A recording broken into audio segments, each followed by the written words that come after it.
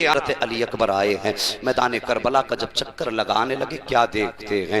ایک جگہ پہ ایک خاتون بیٹھی ہیں، اپنے دوپٹے کے آنچل سے زمین صاف کر رہی ہیں، آنسو بہا رہی ہیں۔ جیسی ہچکی کی آواز حضرت علی اکبر کے کانوں تک آئی ہے، آپ قریب گئے، جا کے کہتے ہیں ماں اس ویرانے میں تیرا کیا کام ہے؟ تو کون ہے؟ کہاں کی رہنے والی ہے؟ اور اس میدان میں کیا کر رہی ہے؟ حضرت علی اکبر نے اتنی بات کہی تھی، کوئی جواب نہ آیا۔ آپ واپس خیمے میں آئے، اپنے والد سے آ کے حال بیان کیا میدان کا۔ اس کے بعد کہتے ہیں بابا مجھے ایک بات سمجھ میں نہیں آئی۔ کہا بیٹے کون سی بات ہے؟ کہا بابا میدان میں نے ایک خاتون کو روتے ہوئے دیکھا ہے، وہ اپنے دوپٹے سے زمین کربلا کو صاف کر رہی تھی۔ اتنا میرے حسین نے سنا، چیخ نکلی آقا حسین کی، کچھ نہ کہا، اکبر سے رونے لگے۔ حضرت علی اکبر نے کہا تھا بابا ایسی کون سی بات میں نے کہہ دی جس سے آپ کی چیخ نکل گئی؟ آپ کیوں روئے ہیں؟ میرے حسین نے اکبر کو سینے سے لگا کے فرمایا اکبر تو جس خاتون کی بات کرتا ہے وہ کسی دیہات سے آنے والی نہیں ہے، وہ کسی قرب و جوار کی رہنے والی کوئی خاتون نہیں ہے۔ کہا بابا پھر کون ہے؟ تب میرے امام نے کہا تھا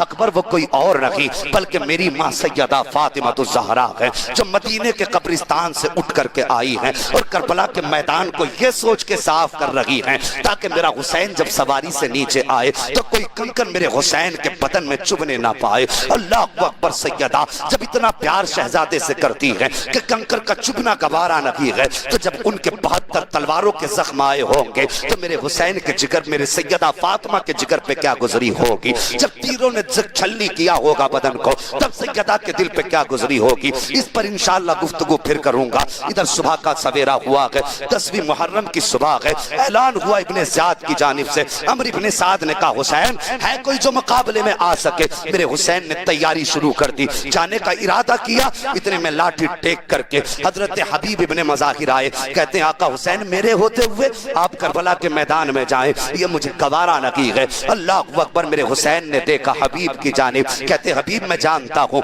یہ میری جان کے دشمن ہے، تم کیوں جا رہے ہو؟ مجھے معلوم ہے جب میرا سر تن سے جدا ہو جائے گا تو پھر انہیں کسی کے خون کی ضرورت نہیں ہوگی۔ کہتے نہیں آقا میرے ہوتے ہوئے آپ نہیں جا سکتے ہیں۔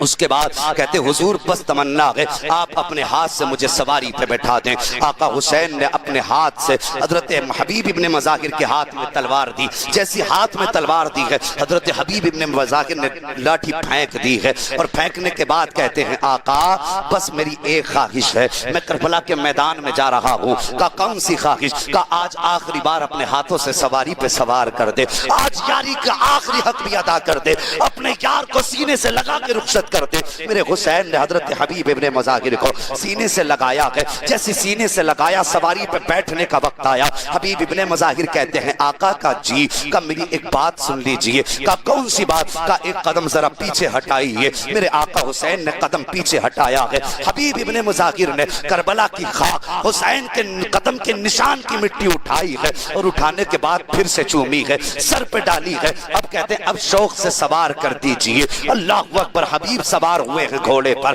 جب سوار ہو کر کے چلنے لگے میرے حسین کو الوداعی سلام کیا، پہنچے گئی اشقیاء کے درمیان، یزیدی فوج سامنے ہے، کوئی ہنس کے کہتا تھا دیکھو 72 سال کا بوڑھا آیا ہے، کوئی کہتا تھا 78 سال کا ہے۔ کسی نے سوچا کہ کیا مقابلہ کرے گا، اس سے تو سواری پر بیٹھا نہیں جائے گا، یہ کیا تلوار چلا سکتا ہے؟ لوگوں نے ہنسی اڑائی تھی۔ پھر اتنے میں عمرو ابن سعد نے اپنی فوج کی طرف دیکھا، ہے کوئی جو اس بوڑھے کا سر کاٹ کے میرے پاس لائے؟ اتنے میں ایک یزیدی آگے بڑھا، بڑھ کے کہتا ہے عمرو ابن سعد کہا کیا؟ کہا ابھی صبح کی بات ہے، ہر کو ہماری طرف سے حسین نے توڑ لیا ہے اور ہم اس بوڑھے کو اپنی طرف توڑ لیں گے۔ تو تب عمرو ابن سعد نے کہا تھا حسین کے لوگوں کو توڑنا آسان نہیں ہے، بڑا مشکل کام ہے۔ تب عمرو ابن سعد کے کہنے پر ایک یزیدی نے کہا تھا سنو ہمارا غل جنت کے لالچ میں چلا گیا ہے، اور اس آنے والے کو تو دیکھو عمر 78 سال ہے، بوڑھا کے کمر جھک گئی ہے، 3 دن کا پیاسا ہے، پانی کا لالچ دیتے ہیں، ہو سکتا ہے ٹوٹ جائے۔ جب اتنی کے بات کہی ہے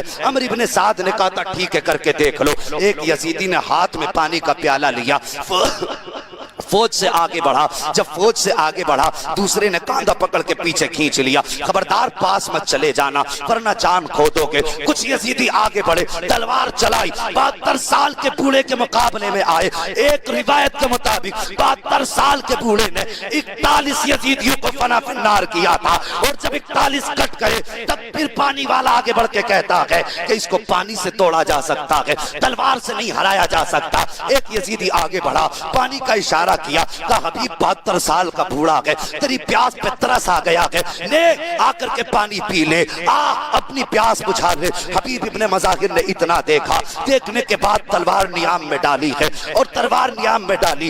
یزیدی مسکرایا, دیکھ کے کہنے لگا لوگوں میں نے کہا تھا پیاس سے توڑ لوں گا, پانی دکھا کے توڑ لوں گا, میں نے توڑ لیا ہے. حبیب آگے بڑھے, اشارہ کر کے اسے بھی آگے بلھایا. یہ بڑی تیزی سے ہنستا ہوا آگے گیا. پانی کا پیالہ تھا, حضرت حبیب ابن مظاہر نے اپنی رکاب سے پیر باہر نکال لیا ہے, اور جیسی وہ پانی کا پیالہ لے کر کے آیا, آپ نے قریب آنے کے بعد جیسی اس نے پیالے کے لیے ہاتھ اوپر کیا دینے کے لیے, حبیب نے اپنے پیر گھوڑے سے الگ کیا اور وہ اپنے سین سے پیر نکالا, ایسی ٹھوکر پیالے میں ماری کہ جا کر کے پانی لانے والے کے منہ پہ لگا. آپ فرماتے ہیں تم کیا سمجھتے ہو ہمیں توڑ لو گے؟ ارے تم نے آج تک زندگی یزید کے قدموں میں گزاری ہے, ہم نے اپنی زندگی حسین کے قدموں میں رہ کے گزاری.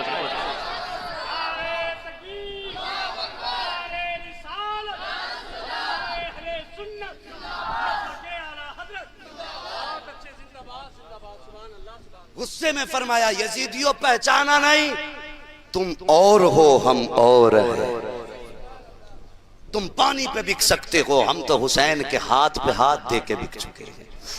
اب یہ وہ نشہ نہیں جسے ترشی اتار دے. ٹھوکر ماری, ایک جنون پھیل گیا پوری فوج میں.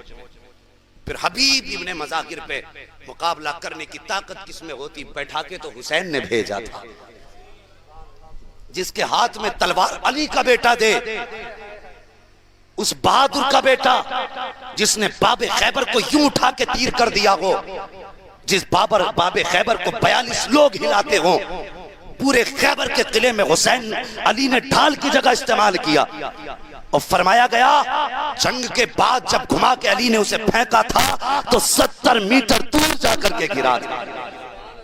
اس کا بیٹا ہے حسین, کسی کمزور باپ کی اولاد نہیں بلکہ علی خدا کا پہلوان ہے.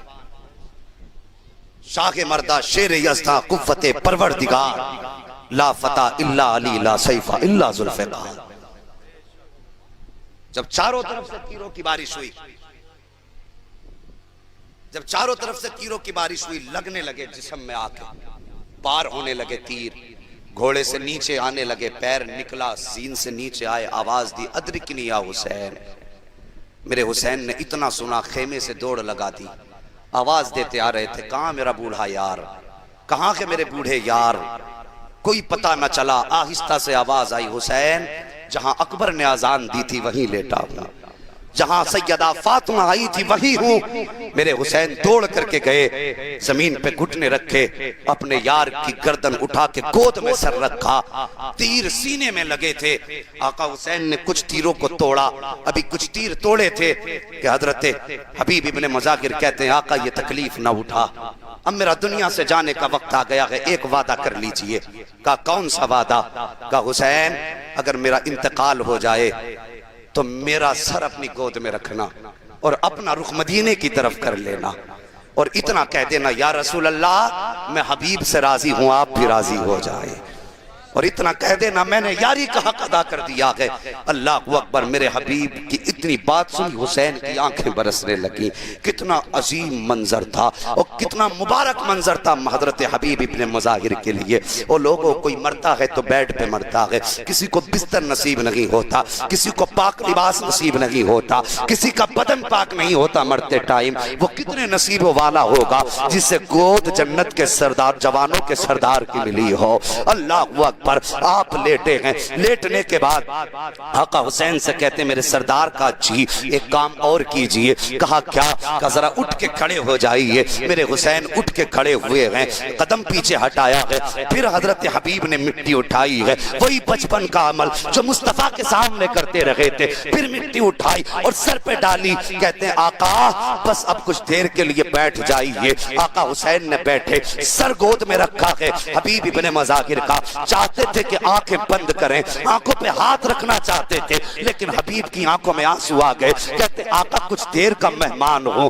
آنکھیں بند نہ کیجئے, میں چاہتا ہوں کہ آخری سانس تک آپ کے چہرے کا دیدار کر کے چلا جاؤں. میرے حسین نے ہاتھ پیچھے کیا ہے, نظریں سے نظریں ٹکرائی ہیں, یار نے یار کو دیکھا ہے اور روح قفس انصری سے پرواز کر جاتی ہے. اللہ اکبر. تبھی تو بریلی سے صدا آتی ہے, یہ نصیبوں والی موتیں ہیں, یہ قسمت والی موتیں ہیں جس کے لیے بریلی سے آواز آتی ہے. کر وقت اجل سر تری چوکھٹ پہ جھکا ہو, جتنی ہو قضا ایک ہی سجدے میں ادا.